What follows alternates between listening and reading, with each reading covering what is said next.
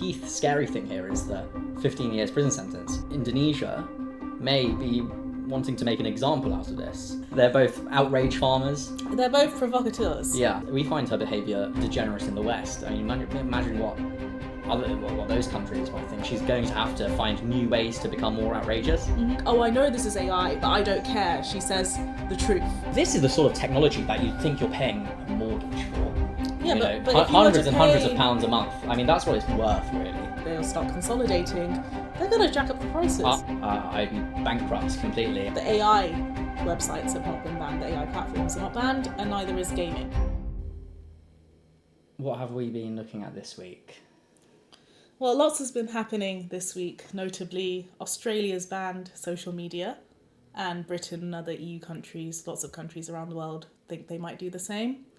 Bonnie Blue has come out in support of reform, and is also being held in prison in Bali or Indonesia? In Bali, yeah. I think she's broken some Indonesian anti-pornography laws. Or what laws exactly has she broken? I heard like 19 or 13 other men also got arrested.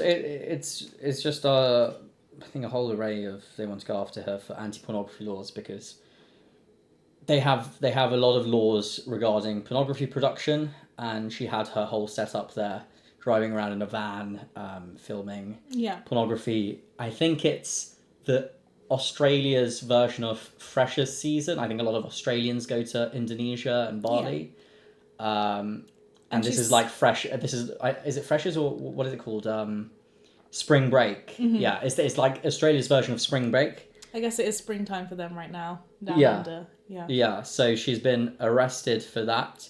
I think they're charging her, they want to investigate her for something to do with minors, which is reasonable since she's well known for.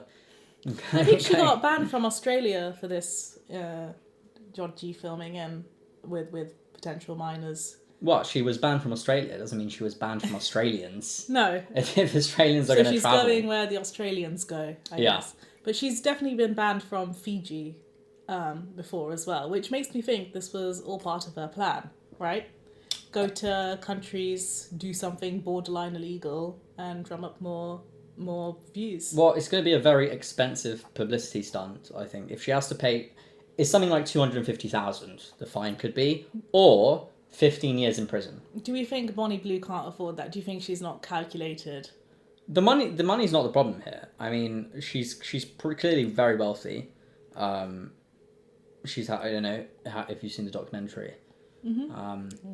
You don't need to watch the documentary to know that she is minted off OnlyFans and all the rest. Yeah. But I think the key scary thing here is the 15 years prison sentence, and Indonesia may be wanting to make an example out of this. Mm-hmm. I think if we find her behaviour degenerate in the West. I mean, imagine what those countries might think of that. They might be very strict. Okay, right now I can't find it, but there is definitely precedent for this where British teenagers were arrested from Indonesia for peeing, I think. Yeah. So I don't know if she knew what she was getting into when she went to Indonesia and she did all this stuff. Maybe she knew and she did it because it's risque and she wanted to drum up publicity. Maybe she didn't realise she would get arrested, or maybe she knew she would get arrested, but she probably thinks she'll get away with it. Mm-hmm. I don't know. But if she didn't know, it seems to be like quite a stupid risk. But I think that's what you have to do if your whole brand is sort of ramping up and escalating and the outrage. Testing the limits. I mean, you're driven here eventually. A lot of people were speculating that she's going to have to find new ways to become more outrageous. Mm-hmm. And I guess we've seen it happen today or yesterday. I'm not sure when the news broke of this week. Well, now today the news has broken that she's come out in support of Reform UK. Yes. In support of Farage. Expected? Unexpected? I think it's quite expected. And I think you'll agree with this. But her and Farage are very similar. Yeah. I was going to say that. Yeah, they're both outrage farmers. They're both provocateurs. Yeah. And if you read her article in The Spectator, the thing is, I think she's very smart, but just not very educated and not particularly articulate. So her article in The Spectator is not like any typical Spectator article. It's very straightforward English. My dad was this, my granddad It's was her that. musings from jail, like some philosopher of the old days. So they're writing letters from prison. But the way she talks is very like direct, to the point, simple English, right? And this is clearly the sort of base that Farage appeals to as well, which is the very straight-laced, like working class Brit who just wants to hear the truth. And people like Bonnie Blue and Farage have just a way of giving their audience what they want in not so many words. They're not complicated, they're not apologetic about it at all. And I think that gains them a lot of respect amongst this like British public that want to stop apologising for minor infractions or this or that or using the R word. Like, I think it really, there's some sort of similarity there because they're both quite intelligent, and I know people will come after me for this, but I watched an interview with Bonnie Blue on this channel here, where actually I was on the side of the people she was debating, this like women's rights activist, saying that, okay, the nuanced take is Bonnie Blue is probably bad for all of womankind, like the way she portrays us, the image men get, the way she, and then Bonnie Blue has her faults, her moral faults for sure. She's very openly doesn't care if someone's boyfriend or husband cheats on them. She thinks Well, she that's blames even them. better because that's more publicity, right? Exactly, If she does something outrageous like that. So the thing is, nothing she said in that interview specifically, and I please encourage people to go watch that interview, is like, you can follow her logic. And you might say that she's very good at justifying her actions and she's like gaslit herself into thinking that everything she does is perfect. But the moral outrage across what Bonnie Blue does, which is work as a sex worker and, you know, toes the line when it comes to legality. But ultimately what she's been doing so far until this incident recently has been in compliance with the law, and she knows the law and she's very careful about not overstepping the law, but doing that like grey area enough, pushing that to speak to her audience and spark this outrage. But ultimately, I think, well, yeah, do you have a opinion on this? Like, I think she's actually quite smart.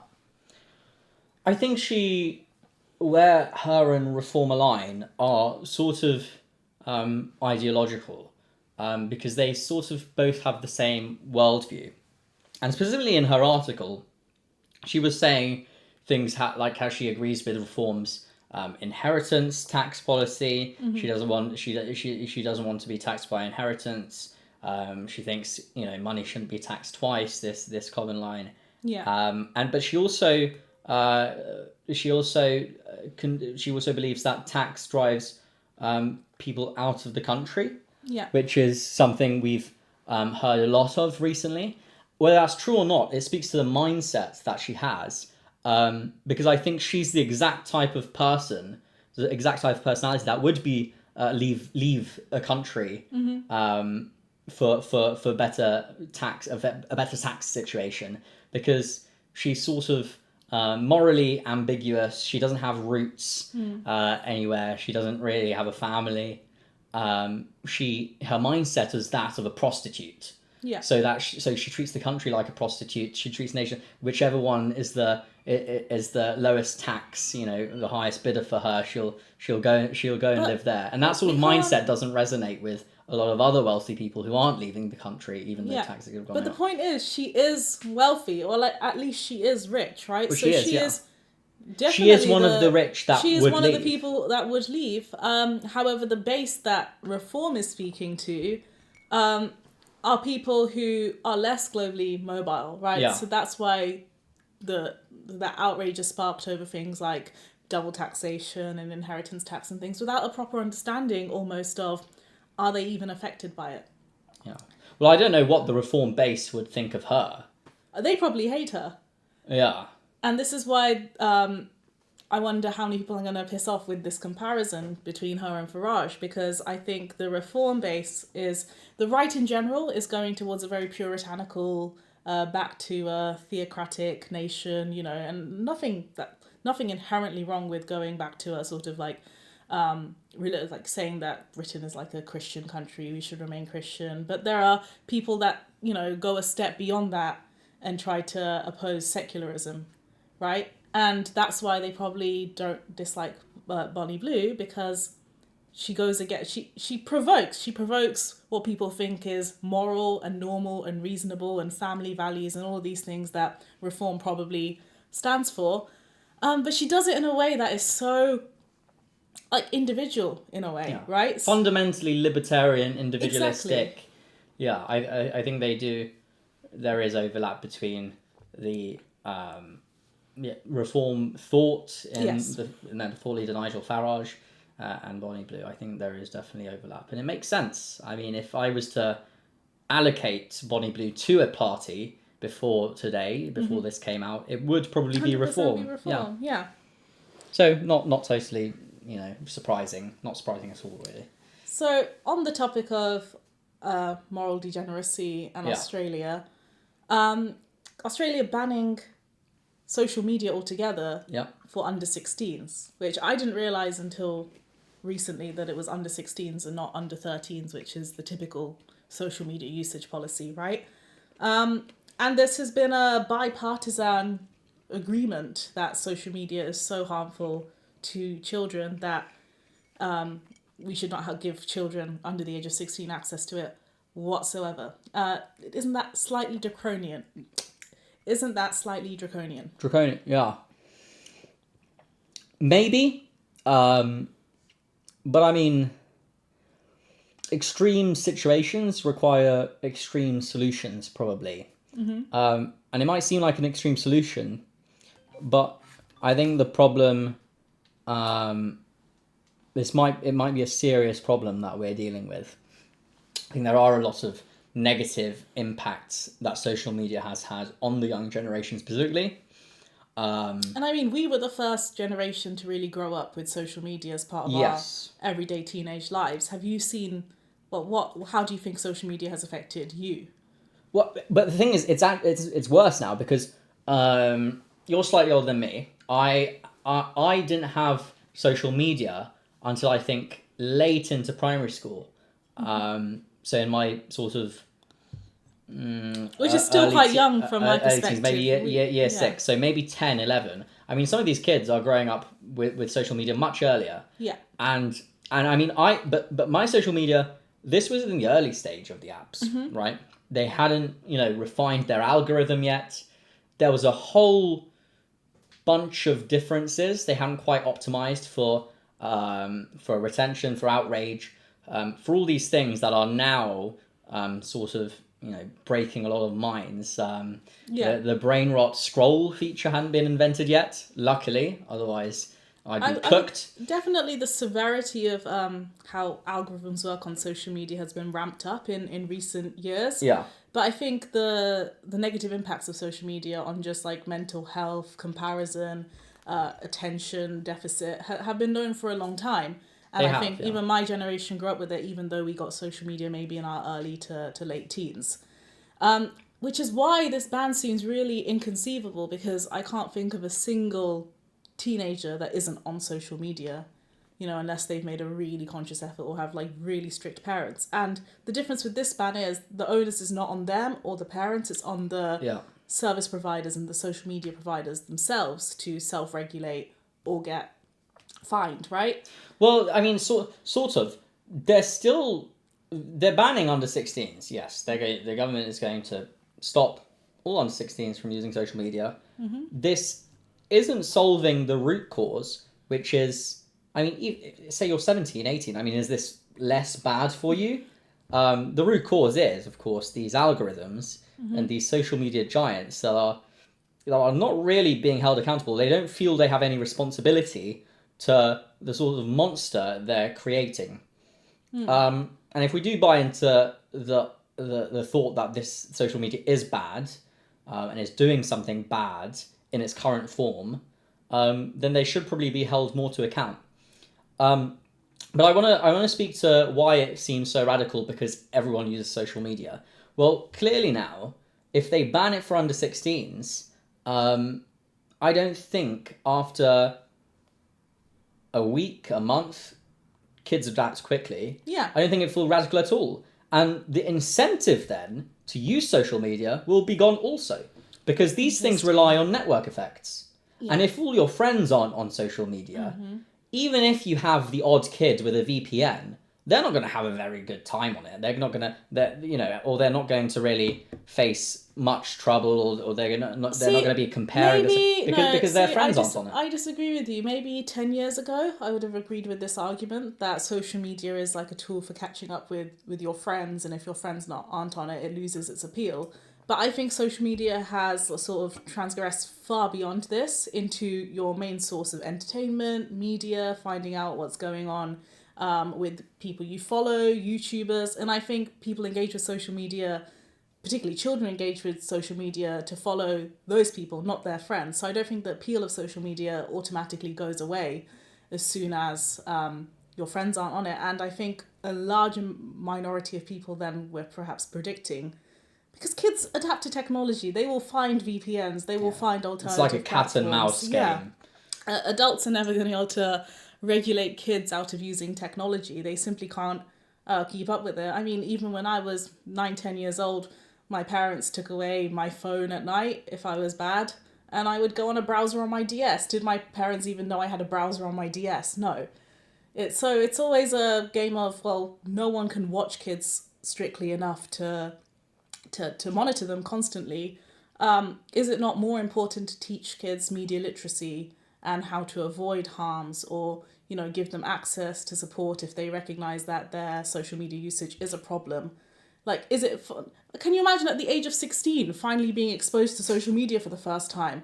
When I first had social media at like 12 or 13, I was on it non-stop, not social media, but just the internet, right? Because you had unfettered access to something new and novel for the first time, and it took years of using it in order to then self-regulate your own usage patterns and realize, okay, this is not so good for me. Like recently you've deleted Instagram, right? Yes. Would you have done that if, Instagram was like a shiny new thing for you this year? Maybe not, but I only joined social media when it was shiny new things, when they were polished. Yeah. I think maybe you have to be a bit smarter than I am to want to navigate sort of the early internet, where the user interface isn't as polished or isn't as welcoming or inviting. You have to do a bit more work to get onto various forums. You visit forums. I never did this because it wasn't fed right in front of me. It wasn't in a shiny interface. Oh, it looked yucky. So this is the thing, right? I frequented some like really niche, weird forums back in the day for just internet usage, and I wasn't even on Facebook. Facebook had been around. I would never have the courage to do that. I would feel like I'm lost in like a weird alleyway. I'd turn back. Well, this is the thing. I was a kid that naturally opposed social media, precisely because too many people were on it. Like all of my classmates were using Snapchat, and at the time I was a rebellious teenager. I couldn't think of anything worse than sending a picture of myself to the boys, And it was like, I'm never going to use Snapchat. I didn't use Facebook until university, even though it had been around for 6-7 years. And that was purely to join the university clubs, because that was my gateway portal to signing up to freshers events, right? And similarly with Instagram, there was a period I didn't use it at all. And then I got so addicted to it when I did start using it, and I craved validation from likes and things. And it was only when Instagram took away the like feature and then just stopped showing me posts from my friends altogether. So then it completely lost its appeal, and now I barely use it, apart from to doom scroll. So social media can cause its own, destruction sometimes. Yeah. I don't think there was a need for this ban, strictly speaking. I think there was. It's a good experiment also. We'll see how it works out in Australia. But do you not think it is maybe it will be rolled out... But this is such a slippery slope, right? We are seeing more restrictions on how people use the internet. In the UK and the porn ban. Do you think the porn ban has been effective in its overall aims of whatever? I don't know if it's been effective. But I mean, you have to remember, not all slippery slopes are bad. I mean, if we have a slippery slope that, oh, first you're coming after murder, what's next? You'll be coming after manslaughter. There's. I mean, okay. It'd be good if we kept going down that slippery slope and started going after like robbers and like phone thieves. Yeah. Well, so please, lawless London, sleep calm, please save us.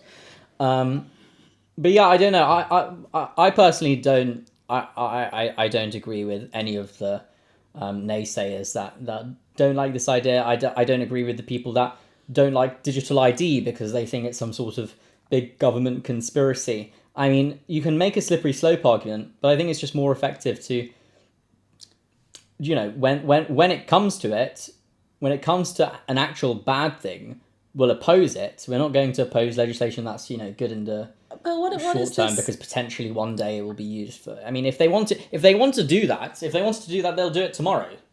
There's nothing stopping a government with an incredible majority like the Labour government has passing crazy draconian laws tomorrow. I mean, the slippery slope won't matter at that point. Interesting, but this is like such black and white thinking over social media bad, right? For lots of places, especially where social media is restricted, social media good. Have we not seen Nepal's Gen Z organize a whole coup d'etat revolution via Discord? And if you suddenly started taking away like the ability for the youth to mobilize and taking away their channels of communication, you could say this is a conspiracy theory now. It again puts the power in the people that. But that was a very specific case. There was a revolution there. The reason they turned off social media for everyone, it's because the corrupt officials, the corrupt governments, nepo babies, their children, they were on social media and they were showing off all their I think one of them had a Louis Vuitton Christmas tree, and they were showing their luxurious lives that have basically been sort of embezzled from the taxpayer, and that whole corrupt system was being exposed, was becoming viral on social media to talk about these nepo babies, and that was building momentum already. Then they banned social media critically at that point, and that's when people started mobilizing, coming onto the streets, and that's how it happened. I mean, there's nothing really like that in the West today, and I think a ban on not for a lack of nepo babies and flexing influencers, right? We have even more of that in the West. Well, no, but it's not the government. It's not the government doing it to protect them. It's the government, really. I mean, I think they're doing it with good intent to try and protect the kids. I mean, to be honest, who is social media not affecting in a negative way? Right. Not just under 16s. Exactly. So I mean, you can start with the kids.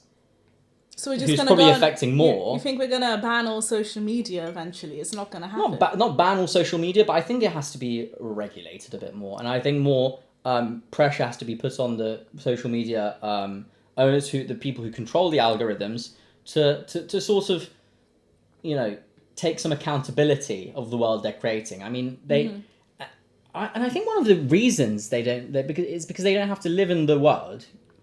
They have to live in the real world. They don't have to live in the real world, exactly.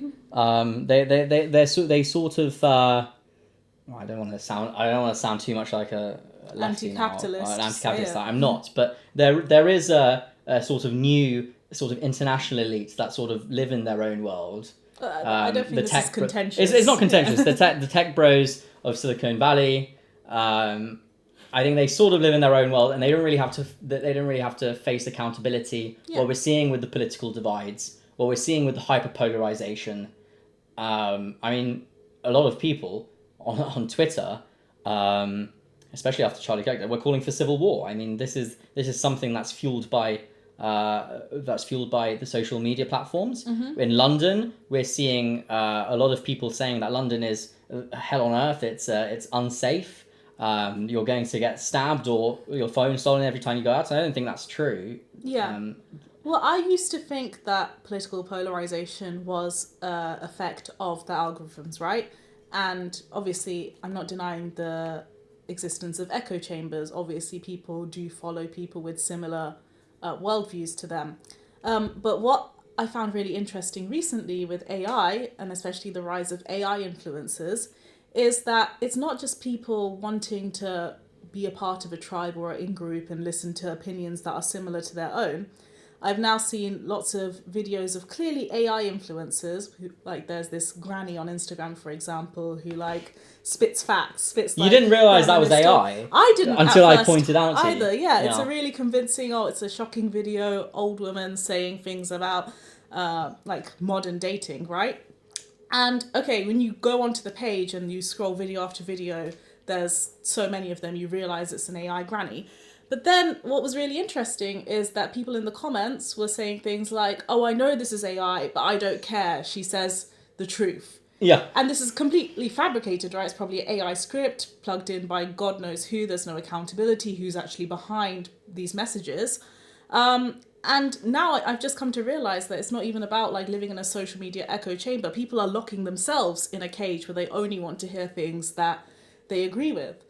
And this is where I think here in this podcast, we're trying, well, we don't outwardly declare any like political affiliations or what we like a left, right, this, that ideological split, because what's lacking in the world now is people being exposed to views that contradict what they think. Half of what I say on this podcast, I probably disagree with myself, but it's about having those discussions and hearing ideas that you are not always agreeing with, and people have become really allergic to that. What do you think? Also, is the influencer bubble bursting now as well? Maybe. I think this is one of the platform's hopes, especially when it comes to content creator pay. I know a lot of people on YouTube are worried that the platforms want to replace the content creators with AI slop, things that people will watch that don't require an actual person to create. I mean, at this point, people are currently creating AI slop, but at some point, it will just be auto-generating AI slop. Like I think Vibes is that. It just auto-generates AI slop. This is Instagram's AI slop app. Oh, okay. Soros,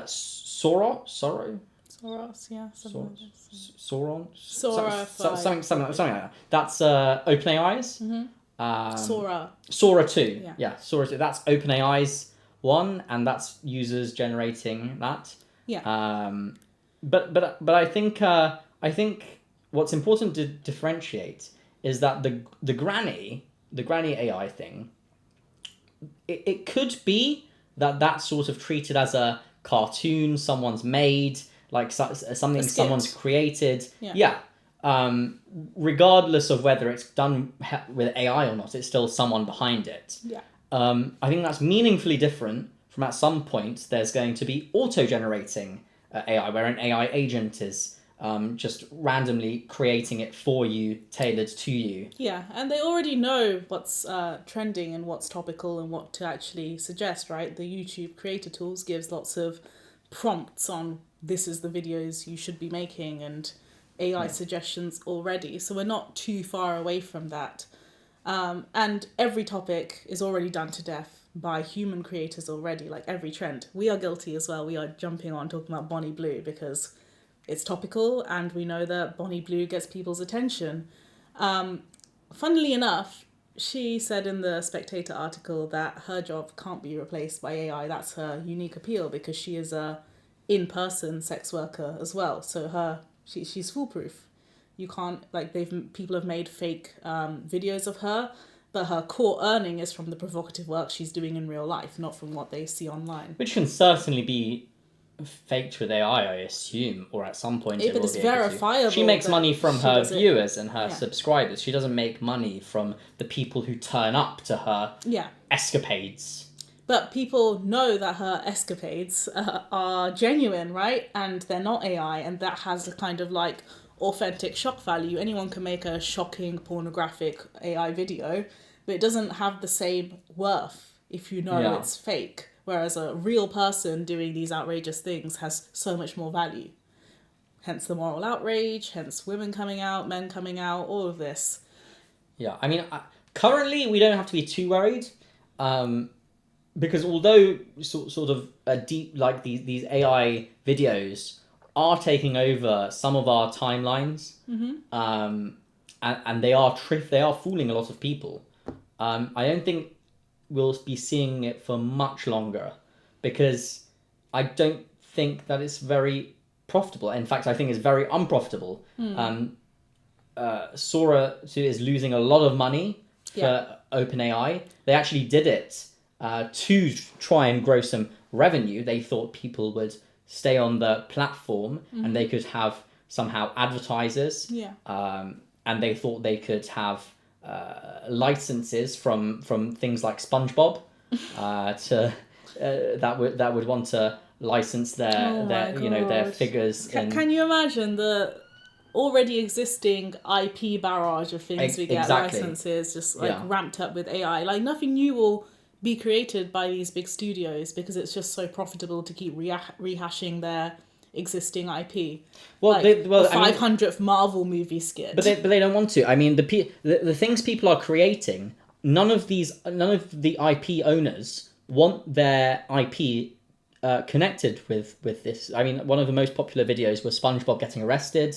There's lots of other, I think, Disney characters, Mickey Mouse, in various, doing various illicit activities. Yeah, I mean, they don't want Disney's really careful to protect. Because their audience is children, and they don't want their IP being being used for this. But most importantly, where do you see all these AI videos?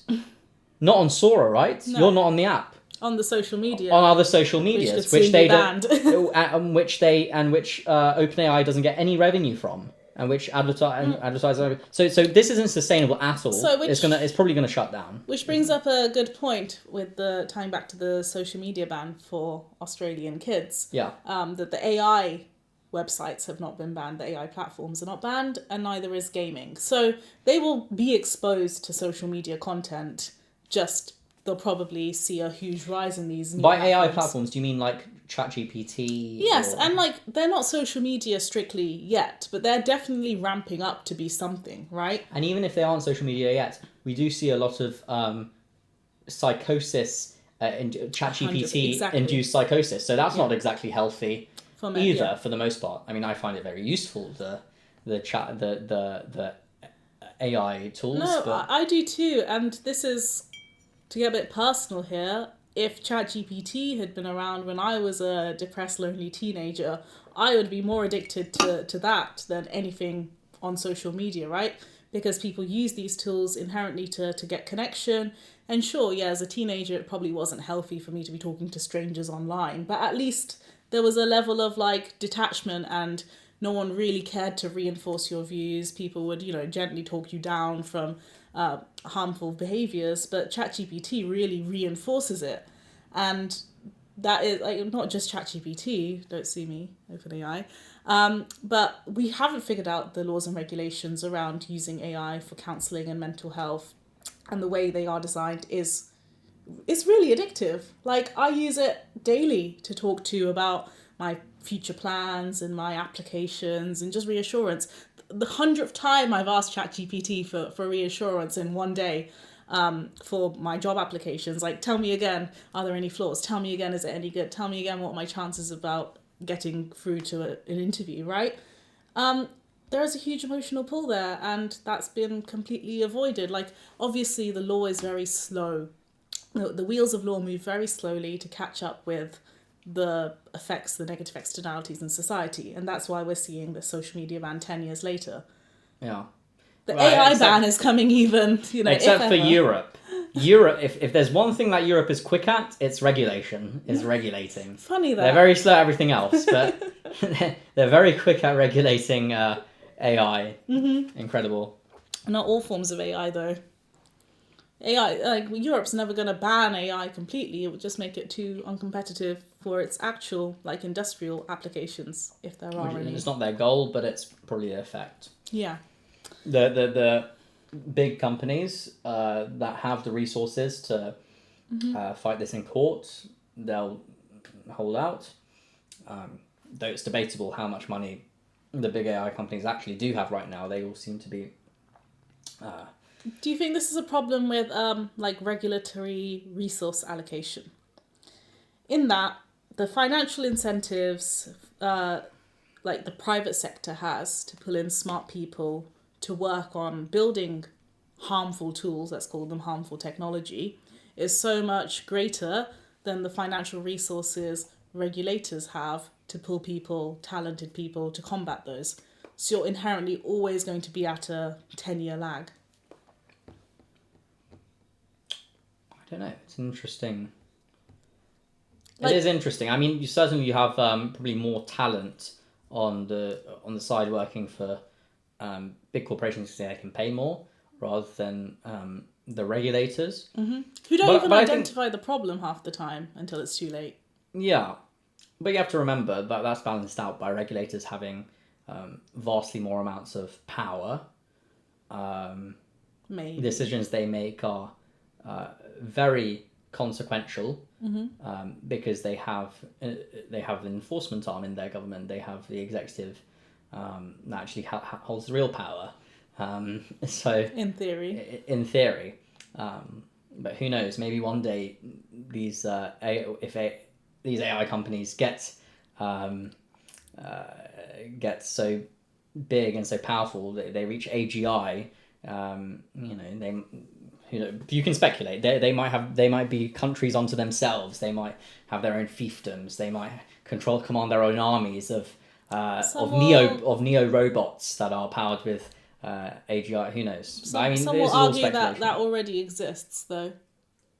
Right? There are so many proponents for AI versus against it, and even the people that might be against it in like moral terms, on principle, are forced to use it no matter what, right? It's even if you didn't visit any of the websites, you are exposed to it. It's in your Gmail, it's in your Microsoft Word, which it's even in your many YouTube people comments. Hate. Yeah, but there's no opt out.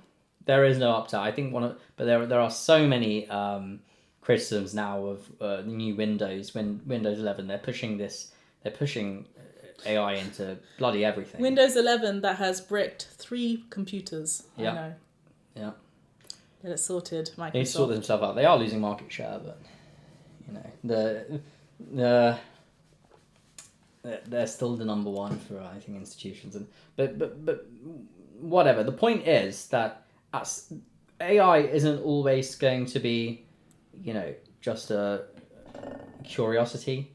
No, it's currently not a curiosity. Well, it's currently it's currently not. It's currently so much more than that. But like a year ago today, I would say it was a curiosity, and now it's already in our everyday lives. Every day. Now it's certainly in everyday lives, but it's only going to get more powerful.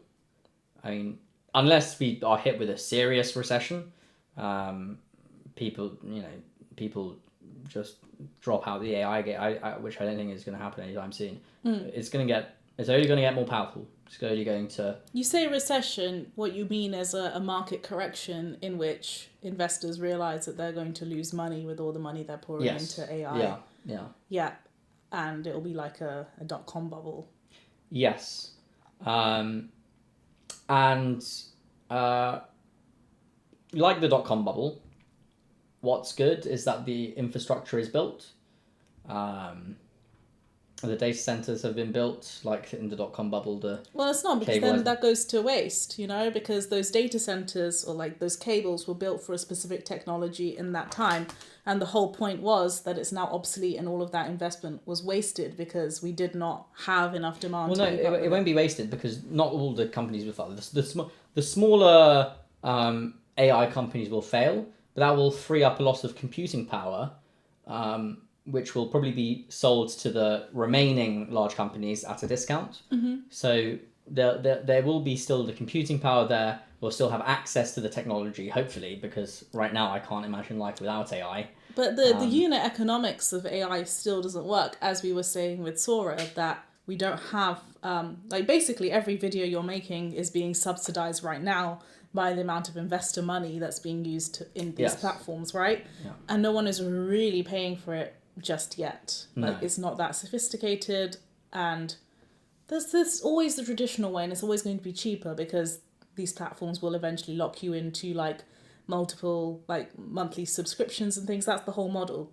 And unlike the SaaS model, which is you build a product once and sell it to infinite buyers forever, the AI model doesn't have those high margins because you build a model once, now every token that every user is using actually detracts from your bottom line.